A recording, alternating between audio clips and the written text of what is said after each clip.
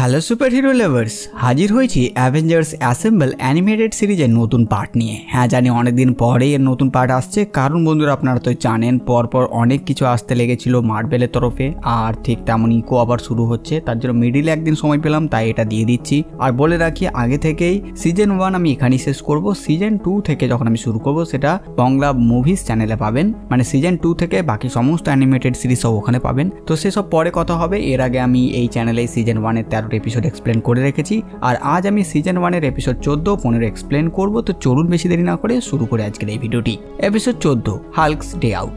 এপিসোডের শুরুতে আমরা হকাইকে দেখি সে ফ্রিজে খাবার খুঁজছে, আর সে অনেক কিছু বের করে একটা স্যান্ডউইচ বানায় আর সেটা খেতে শুরু করে। ঠিক তখন জার্ভিসের একটা অ্যালার্ট পায় যে কিছু খতরনাক জিনিস পৃথিবীর বায়ুমণ্ডলে প্রবেশ করেছে।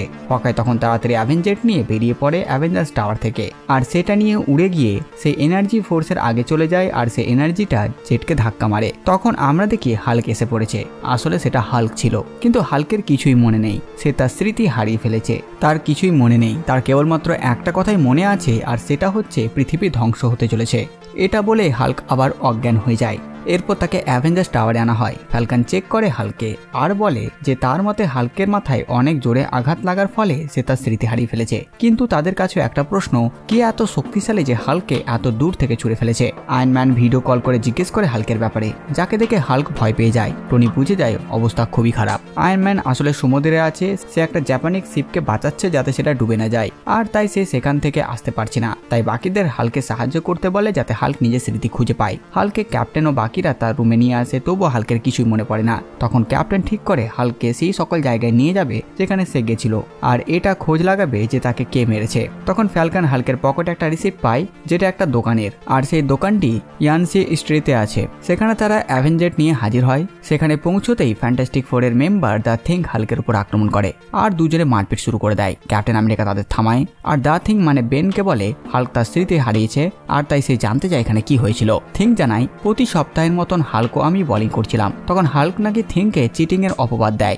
আর এতে দুজনের মধ্যে মারপিট শুরু হয়, আর হাল্ক সব ভেঙে চুরে সেখান থেকে চলে যায়, বদলে সরিও বলেনি। ঠিক তখন টনি মেসেজ পাঠায় যে সেই সমুদ্রের ঝড় বেড়েই চলেছে, আর তাই হাল্কের স্মৃতি ফিরিয়ে আনতেই হবে, কারণ সে কিছু তো জানে এই সবের ব্যাপারে। দ্য থিং জানায় এরপর হাল্ক স্পাইডারম্যানের সাথে চলে যায়। এরপর অ্যাভেঞ্জার্সরা স্পাইডারম্যানের কাছে পৌঁছায়। স্পাইডারম্যান তাদেরকে জানায় সে শিল্ড থেকে ফেরার পথে হাল্ককে দেখে, আর হাল্ক খুব রেগেছিল। তখন সে হাল্ককে বলে চলো হটডগ খেতে খেতে কথা হবে। এরপর হাল্ক মিড টাউনের সমস্ত হটডগ খেয়ে ফেলে, কয়েক হাজার হটডগ সে খেয়ে ফেলেছিল, আর টাকা না দিয়ে পালায়, আর বন্ধুর খাতিরে আমি তার বিল মিটিয়েছিলাম। তখন তারা আকাশে রেনবো দেখতে পায়, আর হাল্ক লাফিয়ে যায় সে রেনবোর দিকে। অ্যাভেঞ্জার্সরা তার পেছনে যায়। হাল্ক রেনবোর মধ্যে চলে যায়। ফ্যালকনে অ্যাভেঞ্জেটের রিডিং দেখে বলে এটা এক প্রকার পোর্টাল, আর তারাও সেটার ভেতরে চলে যায়। তখন সেখানে একজন হাল্ককে দেখে আর ডাকে, আর বলে বন্ধু তুমি এত তাড়াতাড়ি চলে এসেছো। ফ্যালকন হকায় অবাক, তারা একে চেনে না, আর এই জায়গাটিও চেনে না। ক্যাপ্টেন তাকে চিনতে পারে যে এর নাম গ্লোরিয়ান, যে একজন ইন্টারডাইমেনশনাল বিল্ডার। গ্লোরিয়ান অ্যাভেঞ্জার্সদের স্বাগত করে আর জানায় আজ সকালে হাল্ক এখানে এসেছিল, আর হাল্ক এখানে কাঁচের পুতুল নিতে আসে।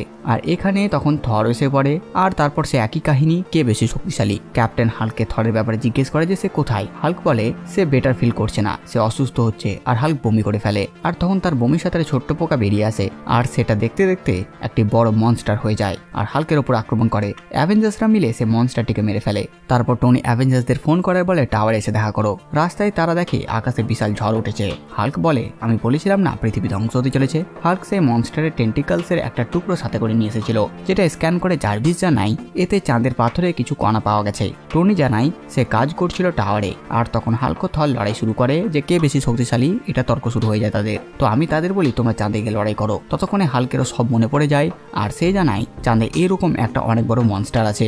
এরপর অ্যাভেঞ্জার্সরা চাঁদে পৌঁছায়, আর সবাই মিলে থরের সাহায্য করে, কারণ একাই সেই মনস্টারের সাথে থর তখন থেকে লড়াই করে চলেছে।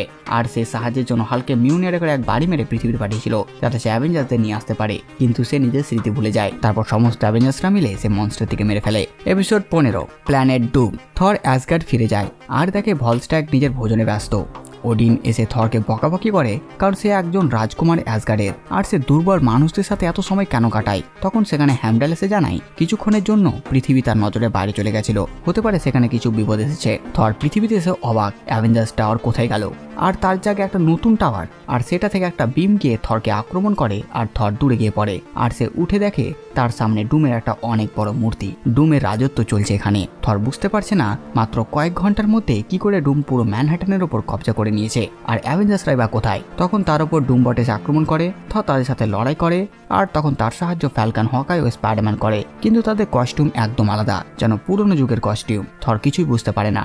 থর হকাইকে বাটন বলে ডাকে। ফ্যালকন অবাক, মুখ ঢাকা সত্ত্বেও এ কি করে ক্লিন বাটনকে চিনতে পারলো। তখন ক্লিন বলে তাদের এই ব্যাপারে পরে কথা বলা উচিত, কিন্তু তার আগে এখান থেকে পালাতে হবে। আর সে নিজেই এই টিমকে ডিফেন্ডার্স বলে ডাকছে।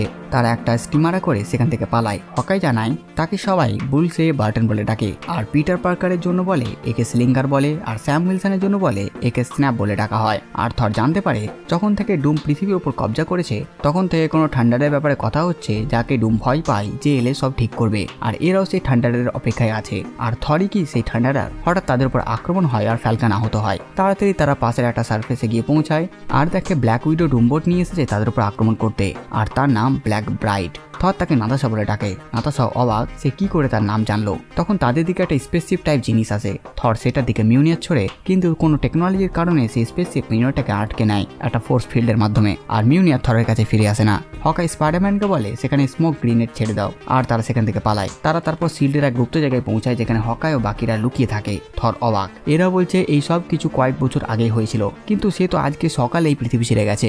হকাই বলে ডুমের টেকনোলজির সামনে কোনো দেশের সেনা টিকতে পারেনি, আর তাই অনেকে তার সাথী হয়ে যায়। হঠাৎ সেখানে ডুম এসে অ্যাটাক করে আর তাদের সেখানে হারিয়ে বন্দি করে ফেলে আর তাদের সাথে করে নিয়ে যায়। ডুম সবকে বস করে নিয়েছে, কিন্তু কি করে সেটা থর বুঝতে পারছে না। থরকে টনির কাছে নিয়ে আসা হয়, যেও ডুমের জন্য কাজ করছে, আর সে নিজের টেকনোলজি দিয়ে মিউনিয়ারকে আটকে রেখেছে সে ফোর্স ফিল্ডের মাধ্যমে। থর ডাকে, তবু মিউনিয়ার তার কাছে আসে না। টনি বলে যদি তুমি বেশি জবরদস্তি করো মিউনিয়ার গিয়ে কিন্তু ডুমের হাতে গিয়ে লাগবে। সেখানে ব্রুস এসেছে, সে এক প্রকার স্যুট পরে আছে। তাদের কাহিনী শুনে থর কিছু বুঝতে পারছে না। থর টনিকে তার আর্ক রিঅ্যাক্টরের জন্য জিজ্ঞেস করে। উত্তরে টনি বলে একদিন আমার এক শত্রু আমার সামনে আমারই মিসাইল ফেলে দেয়, সেটা ফেটে গেলে হয়তো আমি মরে যেতাম, বা হয়তো সারা জীবন বুকের মধ্যে একটা আর্ক রিঅ্যাক্টর লাগিয়ে বেঁচে থাকতে হতো, কিন্তু ডুম এসে আমাকে বাঁচায় আর আমি তারপর থেকে ডুমের জন্য কাজ করি।